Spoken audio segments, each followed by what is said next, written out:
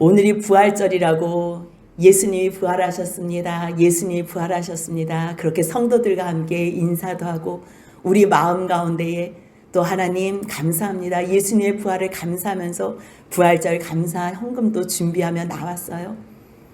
그런데 정말 우리를 돌아보면 우리가 그 부활의 그 영광에 동참하고 있는지 오늘 한번 말씀을 통해서 생각해 보면 좋겠어요.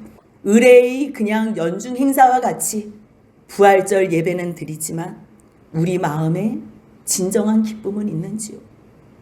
우리는 혹시 아무런 소망이 없는 상황 가운데서 낭패와 실망으로 낙심된 상황은 아닌지요?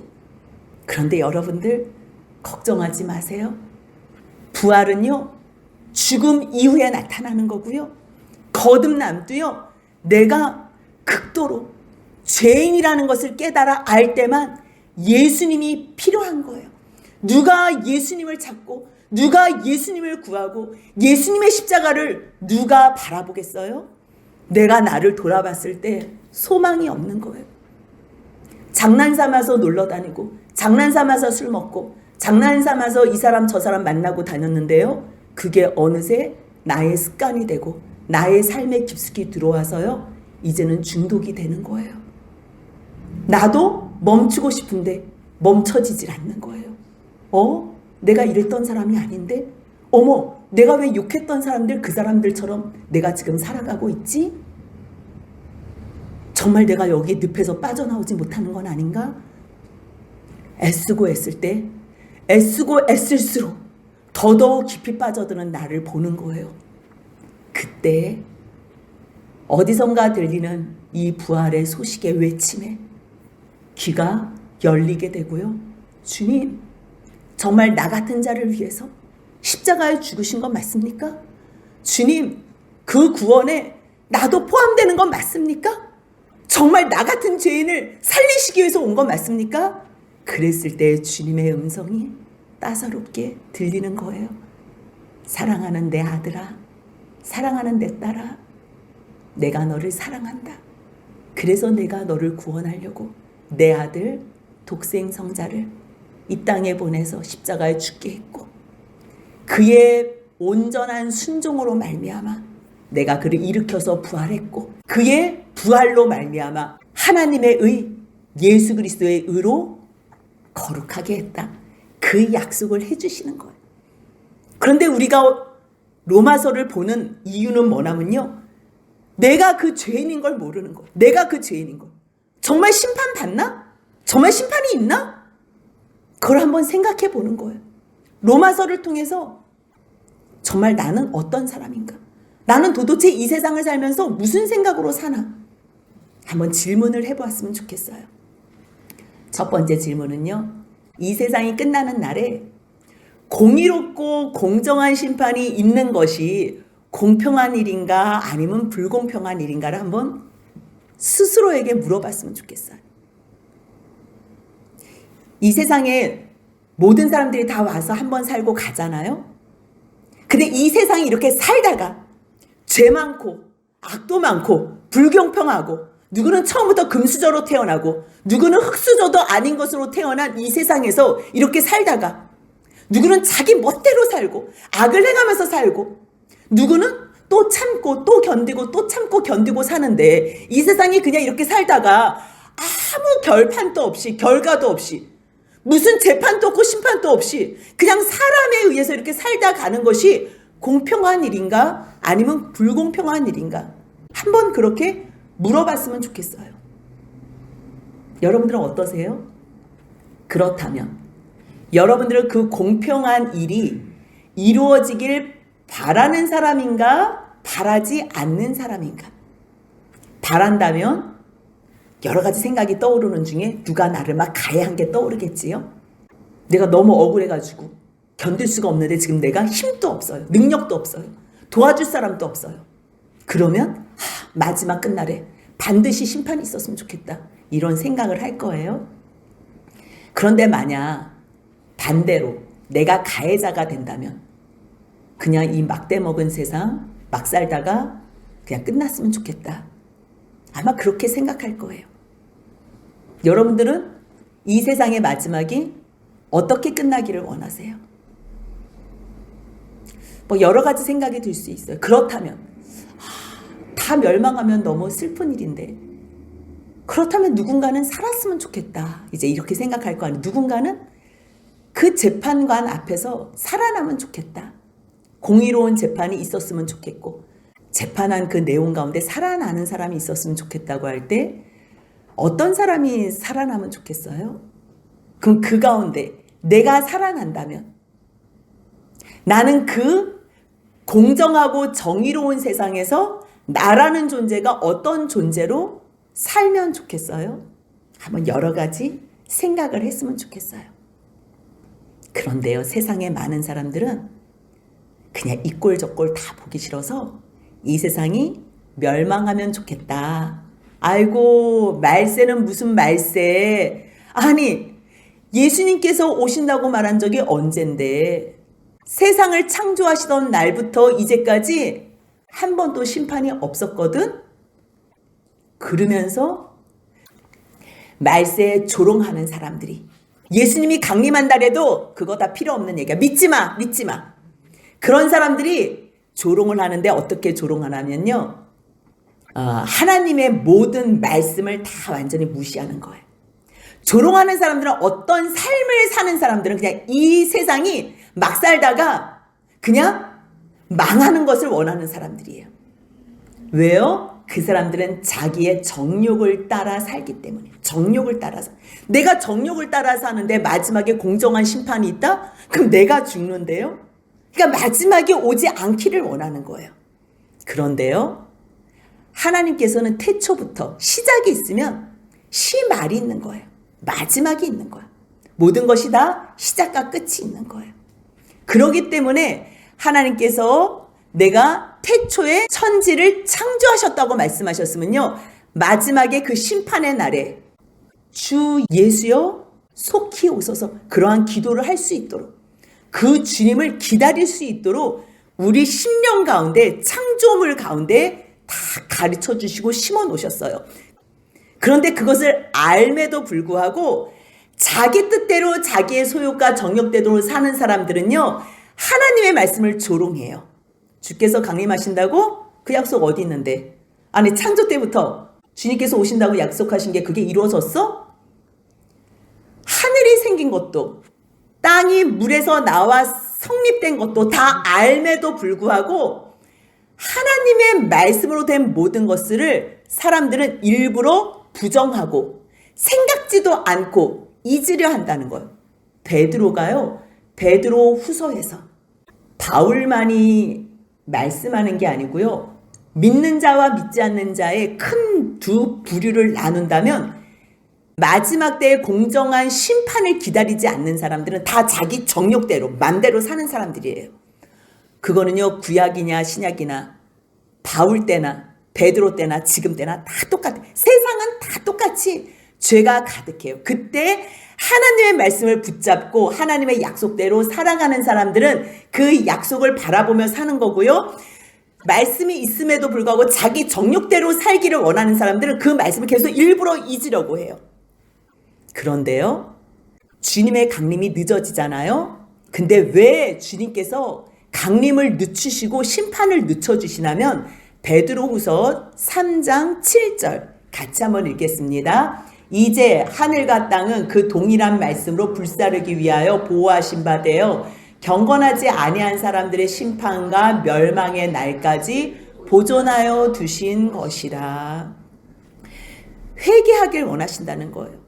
주께서는 하루가 천년 같고 천년이 하루 같은데요, 주의 약속이 어떤 사람들이 말할 때, 아니 강림하신다 그러더니 오셨어? 아니 왜 이렇게 더디 오신다는 거 보니까 안 오시는 것 같아 라고 말하는 사람들에게 베드로후서 3장 9절 같이 한번 읽겠습니다. 주의 약속은 어떤 이들이 더디다고 생각하는 것 같이 더딘 것이 아니라 오직 주께서는 너희를 대하여 오래 참으사 아무도 멸망하지 아니하고 다 회개하기에 이르기를 원하시느니라. 아멘.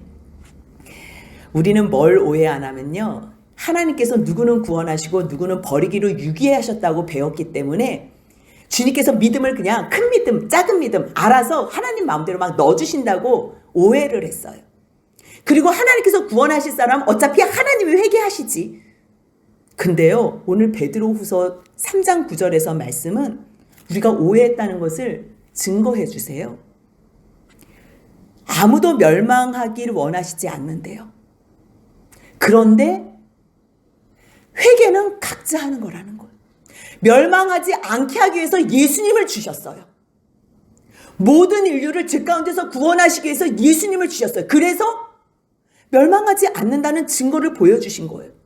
그렇다면 천국에는 누가 갈 수 있냐면 하나님을 사랑하는 자, 하나님과 영원히 함께하고 싶어하는 자만 갈 수 있어요. 그러면 하나님의 약속, 하나님께서 행하신 일, 하나님의 그 사랑을 받아 누리는 사람이에요. 하나님을 믿고 신뢰하면 하나님의 말씀을 듣잖아요. 그럼 그 말씀을 믿고 받아들이는 거예요. 근데 주님께서 뭐라 그래요? 예수 안에서 내가 너희들을 구원했어. 회개만 하면. 회개가 말로 이 입으로 한치 혀로 회개하는 것이 아니고요. 세상을 향해서 쫓아다니며 살아갔던 내 인생을 180도 돌려서 영원한 나라, 약속의 나라, 하나님의 약속을 바라보고 사는 삶, 그것이 회개예요. 나의 인생의 목적이 바뀌는 게 회개예요. 주님께서는 너희들이 계속 땅을 보면서 세상을 향해서 나아가면 다 멸망을 받는다. 너희들이 모두가 다 내 말씀 안에서 회개하고 누리길 위함이다. 그 얘기를 하는 거예요. 그러면서 주님께서요, 주의 날, 주님께서 반드시 오시는데 도둑같이 임한대요. 도둑같이. 그때에는요, 하늘이 큰 소리로 떠나요. 왜? 불로 완전히 다 불살라지는 거예요. 물질이 뜨거운 풀에 풀어지고 없어진다는 거. 여러분들 불 속에 들어가면 다 없어지는 거 알지요? 땅과 그 중에 있는 모든 일이 다 드러나요. 그때는 숨길 수가 없어요. 예수의 보혈로 용서받은 사람, 예수 그리스도의 그 십자가 아래 숨은 자들만 주님께서 용서하시고 구원해 주세요. 그 외의 모든 사람은요, 적나라하게 다 드러나는 거예요. 모든 사람들이. 이 모든 것이 이렇게 풀어지리니 없어진다는 거예요. 없어져요. 마지막 때. 이거는 분명해요. 자기 정욕대로 사는 사람들, 자기 욕심대로 사는 사람들은요, 그날이 없다고 조롱해요. 근데 그 사람들이 아무리 없다고 말해도 없는 게 아니에요. 하나님의 말씀은 1.1획도 땅에 떨어지지 않고 다 이루어졌고, 이제 이루어질 일은 예수 강림만 남으셨어요. 그렇다면 마지막이 다 이제는 풀로 없어질 이 세계가 되고 새하늘과 새 땅이 나오는데, 그때 너희가 어떠한 사람이 되어야 마땅하겠냐고 물어보는 거예요.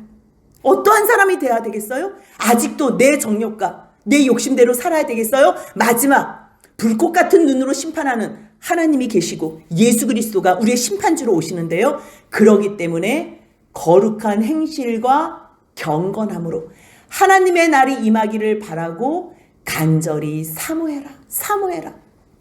이 세상은요, 어차피 다 없어져. 어차피 이 세상이 유지되는 목적이 있다면요, 하나님의 나라를 위해서 사용하는 거고요, 하나님의 사람들을 세우기 위해서 시간과 공간과 물질을 사용하면 되는 거예요. 그것이 끝나면 그날의 하늘이 불에 타서 풀어지고 물질이 뜨거운 불에 녹아지려니와.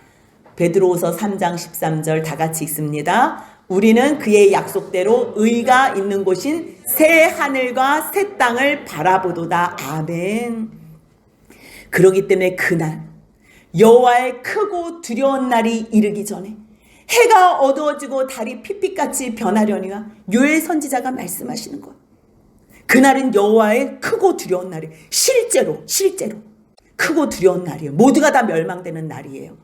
하지만 베드로가 성령을 받은 다음에는 아무리 심판의 날이라도 예수 그리스도, 예수의 이름을 부르는 자는 구원받는다는 것을 요엘 선지자가 2장 32절에서 했던 그 말씀이 해석이 되는 거예요. 요엘서 2장 32절 같이 읽습니다. 누구든지 여호와 이름을 부르는 자는 구원을 얻으리. 여호와 구원, 여호와 구원. 애굽에서 구원해 내시고 광야에서 가나안까지 구원의 길로 인도하시고 구원의 삶을 살게 하신 그 구원의 여호와, 그 여호와 이름이 바로 예수 그리스도. 예수 그리스도로 말미암아 우리를 구원해 주셨다는 깨달았기 때문에 사도행전 2장 21절 같이 읽겠습니다. 누구든지 주의 이름을 부르는 자는 구원을 받으리라 하였느니라. 아멘. 주님의 이름만 부르면요, 주의 크고 두려운 날이 변하여 주의 크고 영화로운 날이 된다. 영화로. 아무리 해가 변하여 어두워지고 달이 변하여 핏빛같이 돼도 상관없어요. 왜요? 우리는 새하늘과 새 땅을 바라보기 때문이에요. 그러기 때문에 죽을 수밖에 없는 우리들, 마지막 때에 멸망받고 심판받을 수밖에 없는 우리들에게 살 소망의 메시지를 선포하는 것이 로마서, 복음 중에 복음을 가르쳐주는 로마서의 말씀이에요. 1장 17절 같이 읽겠습니다. 복음에는 하나님의 의가 나타나서 믿음으로 믿음에 이르게 하나니 기록된 바 오직 의는 믿음으로 말미암아 살리라 함과 같으니라. 하나님의 의, 다른 의로는 그날에 죽을 수밖에 없어요. 심판받을 수밖에 없어요. 내가 뭐 했는데요? 내가 교회 열심히 다녔는데요? 내가 11조 생활 잘했는데요? 전도했는데요? 아니요. 내가 주의 이름으로 말씀도 배우고, 내가 주의 이름으로 선지자 노릇도 하고, 내가 주의 이름으로 병도 고치고 다녔는데, 아니 내가 주의 이름으로 귀신도 쫓아놨는데요? 악한 자들아 내게서 떠나라. 악한 자들아 내게서 떠나라. 그렇다면 그 사람들이 주님의 이름으로 한 건 무엇일까? 그 사람들은요, 자기 영광을 위해서 예수님의 이름을 도용한 것뿐이에요. 예수님의 이름을 수단으로 생기고서 이 땅에서 잘 먹고 잘 살고 자기 영화 누린 사람들은요, 예수님께서 도무지 알지 못한다고, 악한 자들아 나에게서 떠나가라고 말씀하세요. 그런데 사람들은 알지 못하고 자기도 생각나지 않지만 하나님께서 붙여주신 사람들, 가난한 자들, 병든 자들, 유약하고 연약한 자들, 주님께서 붙여주신 사람들, 그 사람들을 주님의 사랑으로 잘 섬기면 주님께서 그들을 칭찬하시는 거예요. 내가 어려웠을 때 먹였지, 옥에 갇혔을 때 날 돌봤지, 내가 줄였을 때 먹이고 목말라 했을 때 마시게 했지. 주님, 우리가 언제 그렇게 했습니까? 약한 자들과 없는 자들과 병든 자들에게 행한 그 일이 곧 나에게 한 일이다.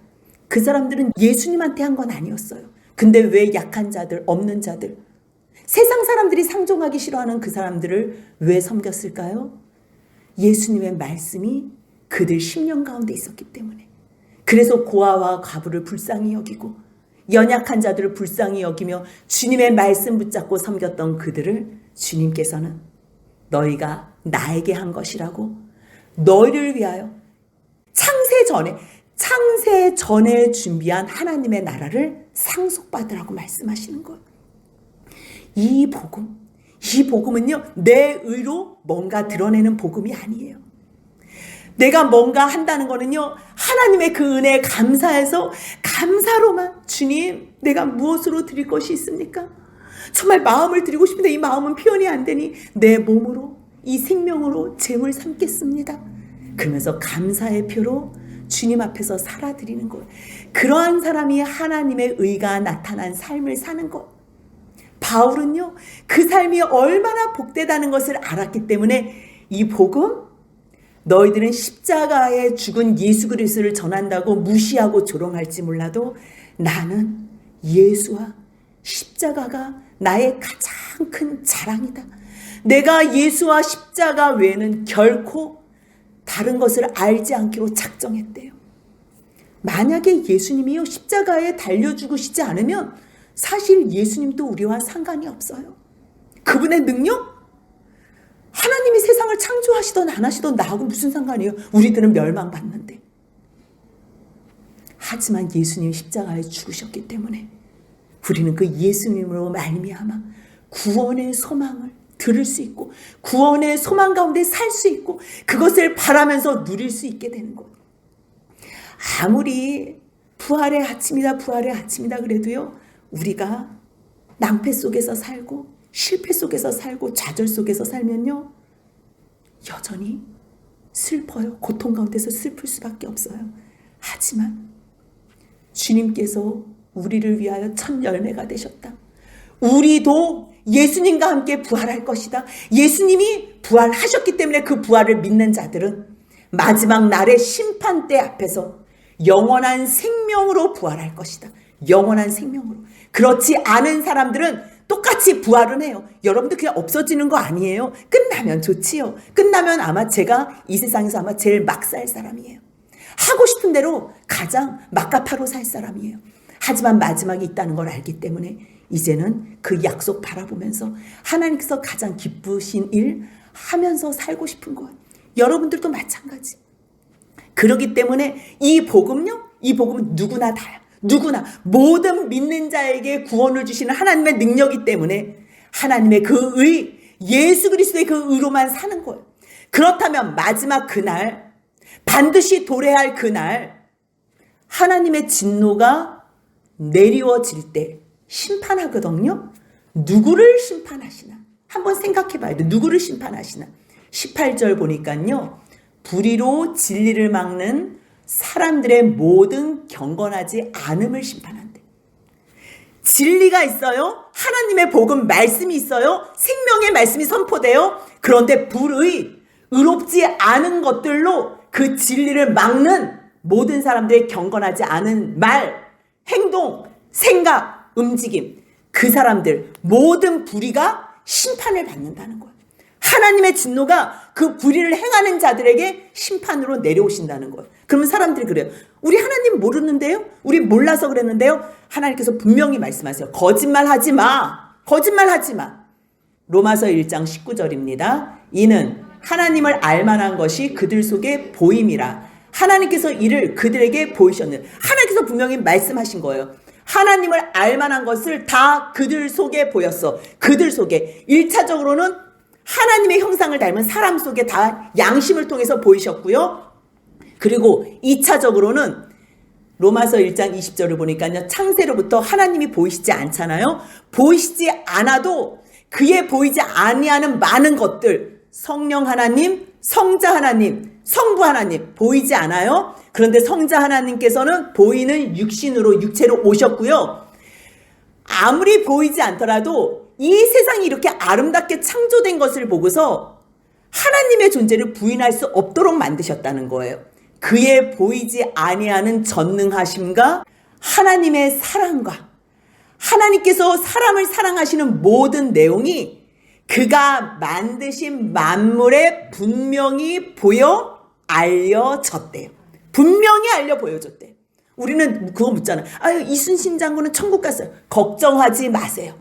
예수 이름은 몰라도 그가 이 땅에 사는 동안에 하나님 어떻게 내가 싸움에서 이길 수 있지요? 나는 지금 능력도 없고 우리 군대는 얼마 있지도 않은데요. 그런데도 정말 이기게 해주셨네. 이기게 해주셨으면 어느 절대신을 찾게 돼요. 그러면 그 절대신이 하나님이 그 사람 앞에 반드시 찾아오셔서 말씀하세요. 아브라함에게 처음 찾아오셔서 말씀하신 것처럼. 그리고서 말씀하시고 약속하시고 말씀하시고 약속하시고 그 다음에 이순신이 그 약속을 이뤘는지 안 이뤘는지는 우리는 모르죠. 하나님은 아시는 거. 만약에 이순신이 하나님의 약속대로 만약에 순종하면서 살았지요. 그러면 그 약속 가운데서 계속 살다가 또 죄짓고 또 죄짓고 아브라함처럼 또 반복되게 죄짓고 어떨 때는 또 순종하고 죄짓고 순종하고 죄짓다가 하나님 저는 안 되겠네요. 저는 못하겠어요. 이번 싸움에서는 하나님께서 절대적으로 행하여 주옵소서. 근데 정말 하나님께서 행하여 주시고 하나님 근데도 저는 하나님을 사랑하지 않습니다. 저 좀 용서해 주세요. 저 좀 구원해 주세요. 그랬을 때요. 똑같은 방법이에요.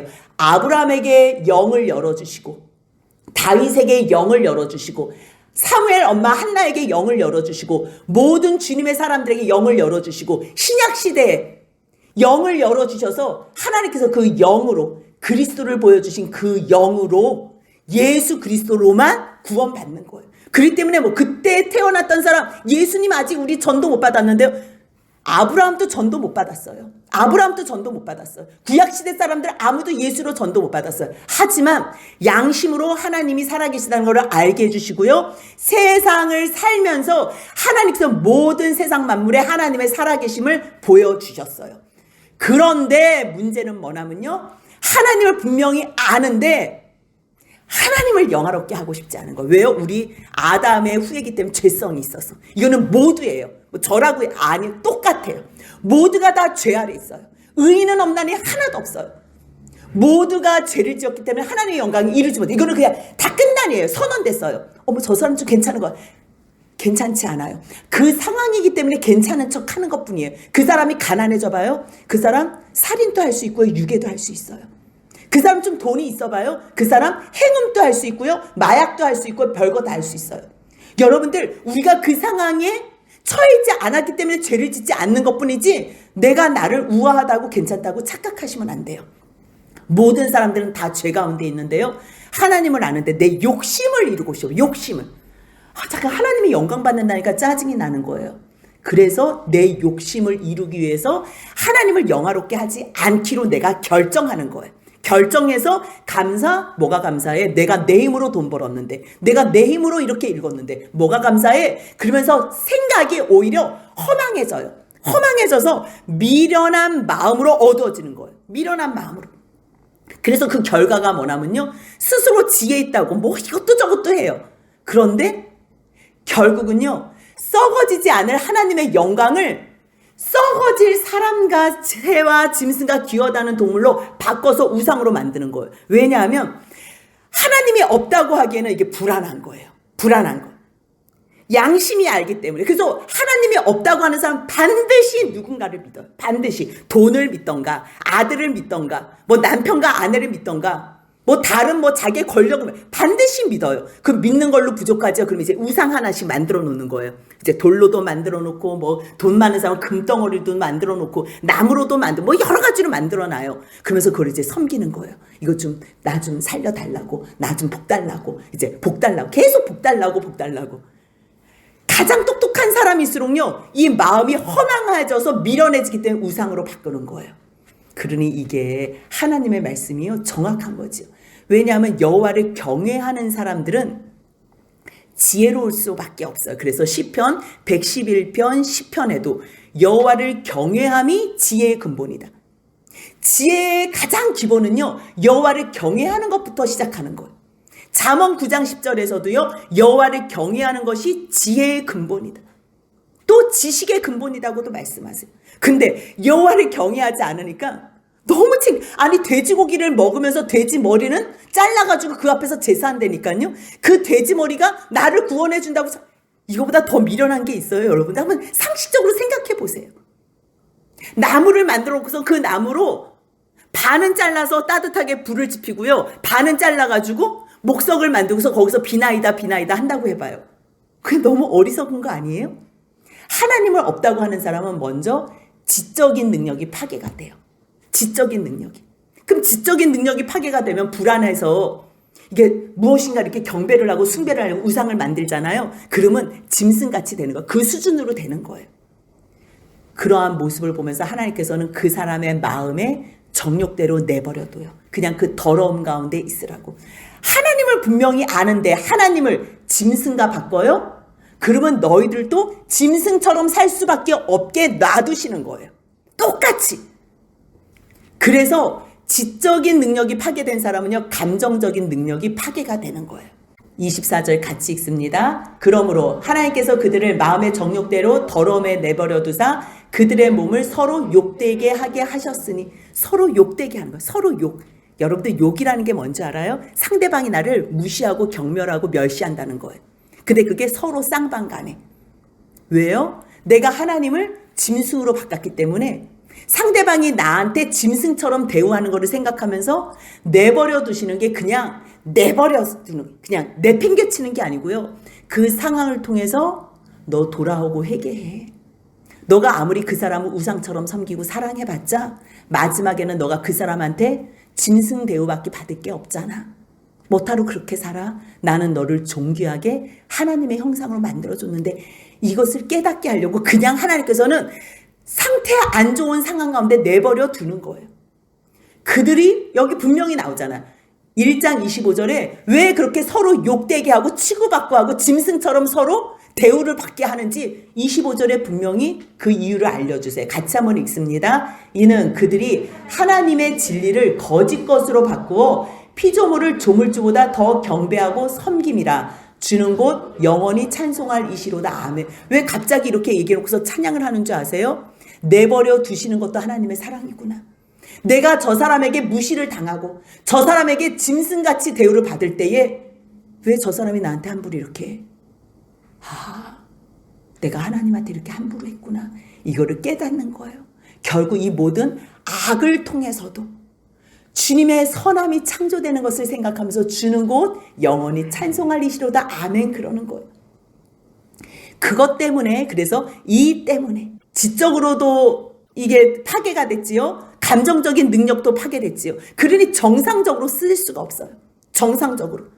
그러니까 주님께서 그냥 부끄러운 욕심에 내버려 두니까 여자로 순리대로 안 쓰는 거예요. 영리로서 못할 일을 그냥 내버려 두는 그 상태는요. 지금 저주받고 있는 상태예요.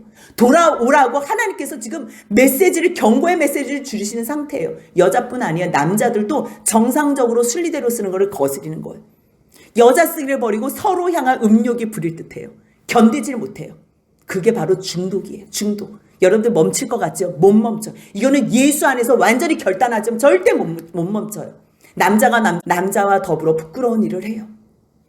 그것 자체가 그들의 그릇 때문에 상당한 보응을 그들 자신이 받았느니라. 여러분들 영리로 쓰고 지금 죄 가운데 있고 그냥 계속 더러운 일을 하면서 고통당하는 그것이 바로 의를 행하지 않고 죄의 종으로 나 죄 짓는 거 어때? 아니 하나님 마지막에 예수 누가 강력 심판 없어 그렇게 생각하는 그 사람들 삶 자체가 그냥 심판 속에 산다는 거예요. 상당한 보응을 지금 받고 있는 거예요. 그러니까 여러분들 예수 믿지 않고 어머 저 사람 절대 잘 살지 않아요. 그래서 세상에요 예수 제대로 믿고 그 안에서 순종하는 사람만 부럽지요. 뭐 좋은 대학 갔다? 뭐 좋은 사업체 있다? 뭐 최고의 재벌이다? 아니요. 그 사람들 죽을 것 같아서 마약하는 거예요. 돈 있는 사람들. 안 봐도 뻔해요. 말씀이 그렇게 가르쳐줘. 이거는요 뻔한 일이에요. 그들이 자기 마음에 하나님을 두기를 싫어하기 때문에 하나님께서도 그냥 그들의 상실한 마음, 여기가 상실이에요. 마음을 잃어버렸어요. 여러분들 마음에 하나님을 모실 때만 이 마음이 제대로 작동을 해요. 만약에 하나님을 모셔드리지 않잖아요. 그럼 이 마음 자체가 파괴가 돼요. 마음이 상실이 돼요. 지적 능력이 파괴된 사람은요. 우상을 섬기다 보니까 짐승처럼 돼서 결국은 감정도 파괴가 돼요. 감정이 파괴된 사람은 옆에 있는 사람과의 관계 속에서 정상적으로 자기의 의지적인 삶을 살 수가 없어요. 그래서 1장 29절 이후에 나오는 말씀들이요. 곧 모든 불의. 여러분들 불의 너무 잘 알잖아요. 의롭지 않은 행동들, 예수 그리스도의 의 외에 내 의로 드러내는 사람들은요. 결국 나를 위해서 불의를 행해요. 추악, 탐욕, 악의가 가득한 자, 시기, 살인, 분쟁, 사기, 악독이 가득한 자, 수군수군하는 자. 여러분들 여기서 수군수군하는 죄는 죄 같지 않잖아요. 누가 수군거리는 줄 알아요? 힘없는 사람, 능력 없는 사람, 가진 것 없는 사람. 저 사람을 이렇게 무너뜨리고는 싶은데 아무 능력이 없어. 그럴 때는요 막 뒤에서 막 수근수근 하는 거예요. 비방하는 거예요. 하나님께서 미워하시는 자. 요 단어가 조금 원문에서는요 비방하는 거는 서로 헐뜯고 중상모략하고 막 뒤에서 헐뜯는 거라고 얘기한다면요 하나님께서 미워하시는 자. 하나님은 미워하는 자가 없어요. 하나님은 먼저 절대 아무도 미워하지 않아요. 그렇다면 하나님께서 미워하신다는 말은 뭐냐면요 하나님을 미워하는 자. 끝까지 하나님을 미워하는 자는 하나님도 너무 미워하니까 이제는 그냥 놔두시는 거예요. 그래서 어쩔 수 없이 하나님께서 미워하는 거고요. 그 다음에 하나님의 미움을 받는 일만 골라서 하는 자. 뭐 그러한 의미라고 생각하면 돼요. 능욕하는 거요. 건방지고 난폭하고 불손하고 업신여기는 자. 그 모든 뜻이 있어요. 뭐 우리가 뭐 우매한 자, 배악한 자, 무정한 자, 무자비한 자, 무정한 자는 정이 없어요. 가족들 가장 사랑해야 될 가족들도 사랑하지 못하는 자로 바뀌는 거예요. 하나님이 우리 마음에 없는 자, 하나님을 우리 마음에 두기 싫어하는 사람들은 이러한 죄악을 지어요. 32절 같이 읽습니다. 그들이 이 같은 일을 행하는 자는 사형에 행한다고 하나님께서 정하심을 알고도 자기들만 행할 뿐 아니라 또한 그런 일을 행하는 자들을 옳다 하느니라.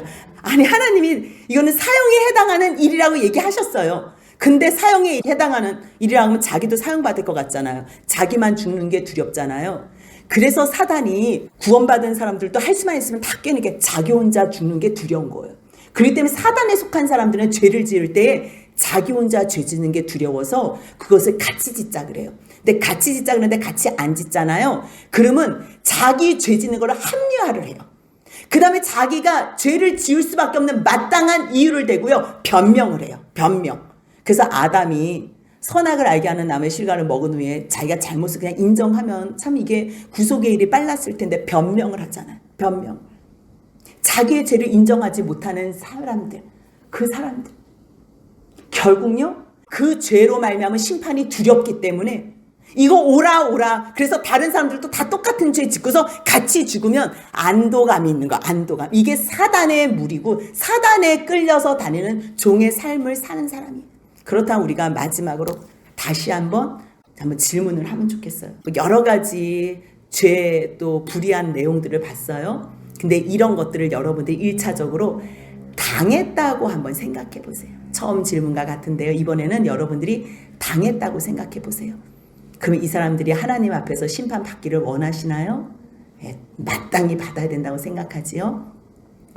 그렇다면 여러분들이 만약에 그 가해자라고 생각해 보세요. 가해자라고. 그럼 어떻게 되겠어요? 어떻게 되겠어요? 살아야 될 길이 무엇인가 찾지 않겠어요? 여러분들은 이 상황 가운데서 이렇게 살다가 아니 오늘 밤에 예수님의 심판대 앞에 선다면 어떤 판결을 받을 것 같으세요? 여전히 예수님은 다시 오시지 않는다. 예수님의 재림과 심판과 강림이 어디 있냐. 조롱하고 멸시하는 자리에 서겠어요? 아직 시간이 있다는 게 우리에게는 복 가운데 복이에요. 우리는 죽을 수밖에 없는 죄인이에요. 하나님께서 이러한 일들을 사형에 처하는 일이라고 말씀하셨어요. 옆에 있는 사람을 미워한다? 미워하는 게 왜 살인인 줄 아세요? 환경이 안 돼서 아직 살인을 못한 것뿐이에요. 왜 여자를 보고서 음욕을 품는 자마다 간음을 한다고 얘기하는 줄 아세요? 환경이 안 돼서 못하는 것뿐이에요. 환경만 되면 살인도 할 수 있고 간음도 할 수 있고 마약도 할 수 있는 게 우리라는 걸 아신다면 여러분들 심판대 앞에서 그때 하실 수 있는 게 뭐예요? 아무것도 없어요. 멸망받을 것밖에 없어요. 하지만 오늘 우리에게 하나님의 구원을 주시는 하나님의 능력의 이 복음의 말씀을 들은 우리들은요. 정말 할렐루야. 할렐루야. 주의 이름을 부르는 자는 구원을 얻으리라 말씀하신 그 약속만 붙든다면 우리가 예수 안에서 이제는 나의 정욕과 나의 욕심을 위해서 사는 삶에서 돌이켜서 나를 사랑하시고 자기의 몸을 버리시기까지 사랑하신 그 예수님의 사랑, 그 은혜에 감사하면서 주님만 바라보며 사는 우리들의 삶이 된다면 여러분들 마지막 그 심판대 앞에서는 주의 이름 안에서 예수 그리스도의 의로 구원받고 주님의 품에 안길 거예요. 그 약속을 믿고 사시는 저와 여러분들의 복된 삶이 되시길 주님의 이름으로 소원합니다. 아멘.